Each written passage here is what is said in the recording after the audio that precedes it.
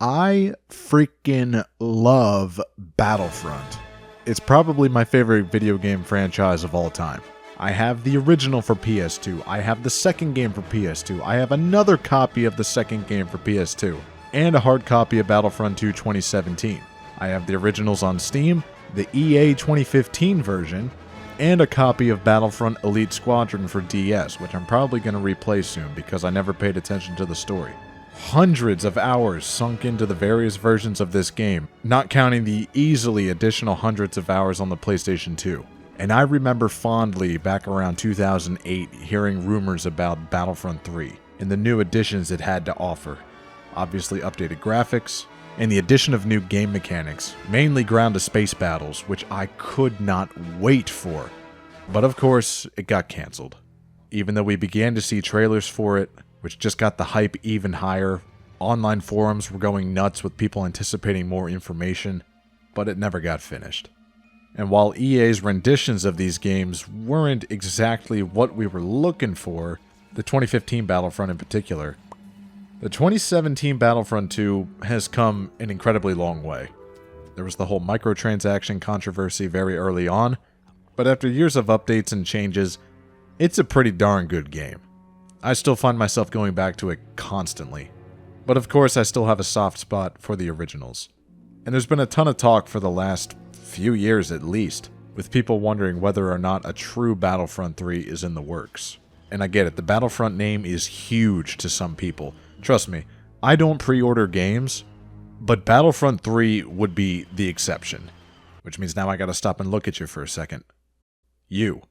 Yeah, I know you're watching this. Probably thinking I'm a big hypocrite. Oh, I thought you don't pre-order games.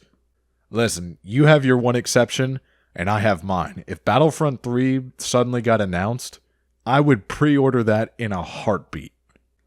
I almost pre-ordered the Classic Collection, but I held out because I honestly didn't really see a reason to purchase it. There's nothing featured in that game that I can't achieve with mods. Aside from maybe a better multiplayer connection, but yeah, based on what I've seen, I don't know if that's true. But multiplayer is honestly not why I play the originals. A lot of it might be nostalgia, but I have a plenty good time on my own, traversing through these maps, acting like I am a soldier on the front lines. And this is made even more true with mods. The Battlefront 3 mod is the true Battlefront 3 as far as I'm concerned. We have our updated graphics, we have new, larger, more complex maps, and of course, ground-to-space battles. It is so cool. Without fail, every time I hop into one of these maps, I start up in the capital ship, pretending as if I just arrived on the scene, and then hop into my favorite ship and make my way down to the real battle down below. I'm amazed at how well the modding community made it feel like a different game entirely. There's different classes with new weapons, and a ton of different heroes that aren't even part of the original game. I get a huge kick even out of the sound design. The weapons just sound so powerful, and it's just chaos with the increased unit count. Not to mention now you have starships that are locking onto you if you're the only player, raining blaster fire and rockets down on top of you. It's just awesome. And in my head, I can get over the fact that Battlefront 3 doesn't actually exist. This is close enough, and this is pretty much what I imagined back in 2008 when the hype was really high for this. But I'm still curious to see what a more modernized Battlefront 3 could possibly look like.